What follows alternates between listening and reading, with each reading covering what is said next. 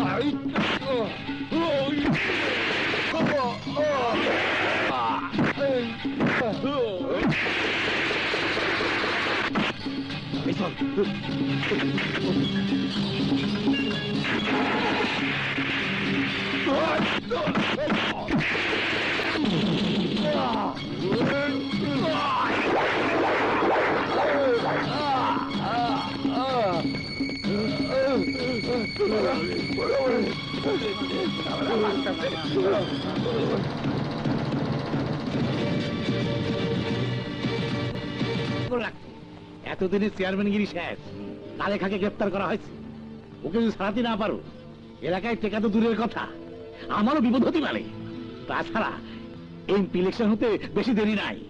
ওকে ছাড়া তুমি বা জিব্বা কি কইলে? আরে মান্নার সাথে হাত মিলিয়ে। কি কইলে?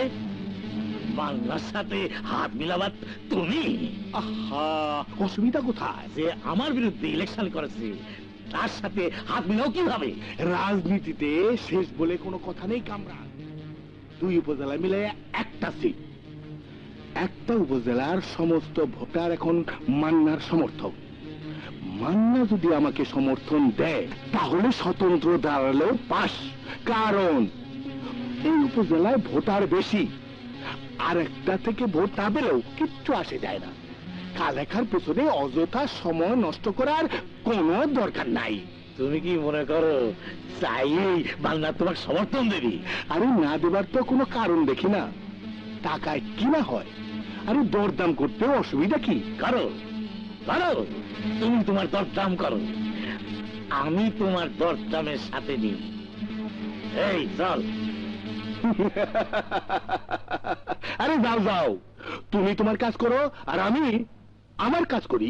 আইসা পড়তে বলেছেন, দু একদিন উনি আপনার বাবার প্রমোশনের ব্যবস্থা করবেন। হঠাৎ আমার বাবার প্রমোশন? এই একটু ভুল বোঝাবুঝি হয়েছিল ওনার ছেলেকে নিয়ে। উনি ভুল বুঝলে আপনার বাবাকে নিশাপুকুরে বদলির ব্যবস্থা করেছিলেন। উনি ওনার ভুল বুঝতে পেরেছেন। যত দ্রুত সম্ভব আপনার বাবাকে প্রমোশন দিয়ে ভালো জায়গায় পোস্টিং দিবেন। কোনো দরকার নাই, এখন মিঠাপুকুরও একটা ভালো জায়গা। তাছাড়া এমপি সাহেব মামারে ডিমোশন দিয়ে এইখানে না পাঠাইলে মান্না ভাই চেয়ারম্যান হইতো কি কইরা? এই জন্য ওনারে একটা ধন্যবাদ দেওয়া দরকার। আরে না, ওনাকে ধন্যবাদ দিয়ে লজ্জা দিবেন না। সেই জন্যই দেই নাই। আর কিছু? ওনার আরো একটা প্রস্তাব আছে। বইলা ফেলেন। আরে না না, কোনো অসুবিধা নাই, কয়ে ফেলাম। কিছুদিন পরে এমপি ইলেকশন হবে। কোটি টাকা খরচ হয় একটা ইলেকশন করতে। আপনার উপজেলা আপনি যা বলবেন ভোটাররা তাই শুনবে।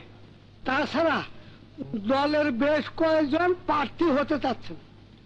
আপনি যদি ফকির খান সাহেবকে সমর্থন করেন, পার্টির নমিনেশন কনফার্ম। কারণ সেন্ট্রাল কমিটি ভালো করেই জানে আপনি সমর্থন দিলে অন্য উপজেলা থেকে ভোট দেবে, সিট কনফার্ম। তাই নাকি? জি, আপনি সমর্থন দিলে নির্বাচনে কোটি টাকা খরচ করার দরকার পড়বে না। পয়সা যাওয়া টাকাটা কি হইব? তার ভাগ আপনিও পাবেন। কত? 20 লাখ। 10 লাখ অ্যাডভান্স এনেছি। আপনি ঘোষণা দেওয়ার পর বাকি 10 লাখ পাবেন। হ্যাঁ বলেন কি? হুম, আরে হ্যাঁ, ফকির চান ডাইরেক্ট অ্যাকশনে বিশ্বাসী। এই যে দেখেন টাকা নিয়ে আসি 10 লাখ। বাবা চমৎকার, এটাই তো এতদিন খুঁজতেছিলাম। এক কাজ করেন ফিরোজ সাহেব, ফকির চান্দে একটা প্রেস কনফারেন্স অর্থাৎ সাংবাদিক সম্মেলনের আয়োজন করতে বলেন। বড় বড় পত্রিকারে দাওয়াত দিবেন, চ্যানেলের লোক থাকবো। এমন একটা প্রেস কনফারেন্সে আমি ওপেন ঘোষণা দিব, এলাকার লোক জানবো, পার্টির সেন্ট্রাল লিডাররা জানবো, গোটা দেশ জানবো। উপস্থিত সাংবাদিক ও এলাকাবাসী,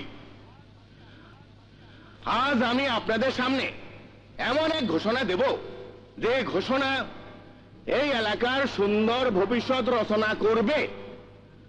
ঘোষণা দেবার আগে আমি সদ্য সমাপ্ত উপজেলা পরিষদ নির্বাচনে বিরল দৃষ্টান্ত স্থাপন করে সাবেক চেয়ারম্যানকে বিপুল ভোটে হারিয়ে যিনি নির্বাচিত হয়েছেন সেই নব চেয়ারম্যান জনাব মান্না হাসানকে মঞ্চে এসে বক্তব্য দেওয়ার জন্য অনুরোধ করছি।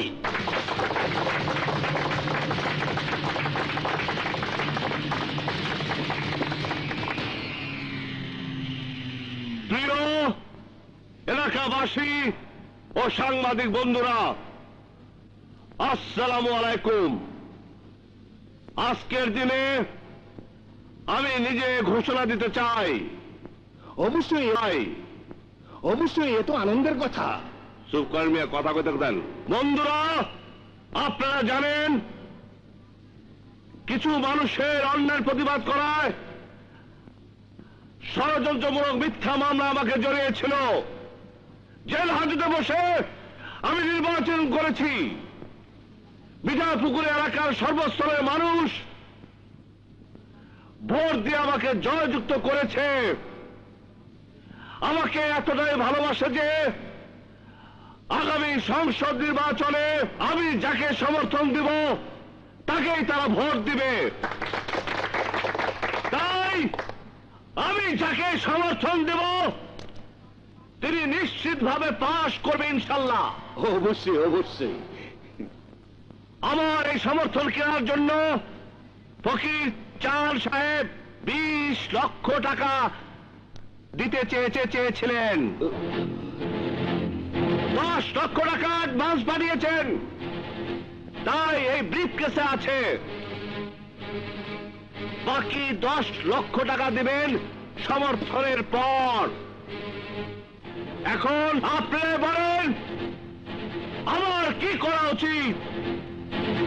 কয়েক মাস আগে আমার বাবা এই ফকির চাঁদের ছেলেকে পরীক্ষায় নকল করার সময় ধরে ফেলে। সেই অপরাধে ফকির চাঁদ আমার বাবাকে ডিমোশন দিয়ে মিঠাপুকুরে বদলি করেছিলেন। তিনি কথা দিয়েছেন আমি যদি ওনাকে সমর্থন দেই তাহলে আমার বাবাকে ডবল প্রমোশন দেবার ব্যবস্থা করবেন। মান্না, তুমি জানো কার সামনে দাঁড়িয়ে মাইকে কথা বলছো? খুব ভালো করে জানি। ঢাকার বাস স্ট্যান্ডে যে লোক রুটি ভাজি বিক্রি করত, চূড়া চালান হয়ে আসা ভেঞ্চুরি দোকানের নিচে লুকিয়ে রাখত, এইভাবে পয়সা কামিয়ে মিয়া ফকির চাঁদ হয়েছে। জানো আমি তোমার কি করতে পারি? স্রেফ হুমকি দিতে পারেন, আমাকে আমার বাবা মাকে হত্যার হুমকি। কিন্তু আমি বিশ্বাস করি হায়াত মওত আল্লাহর হাতে। তোদেরকে শেষ করতে এই এলাকায় আমি জমদূত হয়ে এসেছি। টাকাগুলো রেখে দিন, আপনার কবর মার্বেল পাথরে বাধাই করার কাজে লাগবে।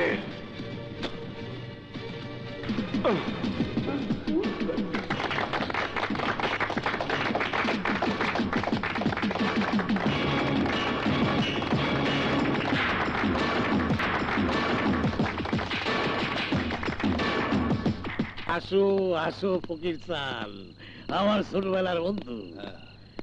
তুমি আসবে বলে তোমার জন্য স্পেশাল ব্র্যান্ডের পানীয় নিয়ে আইছি। আরে মদ পরে খান, আপনারা তো অপমান করতে, সেই কথা আগে কন। এই তুই থাম। তা বন্ধু, নবনির্বাচিত চেয়ারম্যান মান্না হাসানের সাথে মোলাকাতটা কেমন হইল? কাটা খায়ে এমনিতেই নুনের সিটা পড়ছে, তুমি আর মরিচ ডলে দিও না তো বন্ধু। নুনের সিট আবার কিনা দিল? বন্ধু, পার্টিতে প্রেস কনফারেন্সের খবর প্রচারিত হবার পর পার্টিতে হুঁশিয়ে পড়ে গেছে, আমাকে পার্টি থেকে বহিষ্কারের প্রস্তাব উঠেছে। আগামী মিটিং এ সিদ্ধান্ত হবে, পার্টি থেকে বহিষ্কার হলে আমার এমপি পদটাও চলে যাবে। অসুবিধা কি? আসন শূন্য হইলে 3 মাসের মধ্যে আবার নির্বাচন। হ্যাঁ, তাতে লাভ। তুমি স্বতন্ত্র প্রার্থী হিসেবে দাঁড়া, ব্যাস কথা শেষ। কিন্তু মান্না হাসান যতদিন বেঁচে আছে ততদিন নির্বাচনে জেতা সম্ভব হবে না। হবে হবে, মান্না হাসানারও ব্যবস্থা হবে। এমন ব্যবস্থা করব আর কোনদিন এই এলাকায় আমার বিরুদ্ধে মাথা তুলে কেউ দাঁড়াতে না পারে। তবে ব্যবস্থা করার আগে কালে খাকে যে ভেতরে ঢোকাই দিচ্ছে, ওকে বাইর করার ব্যবস্থা করতে হবে। শোনো,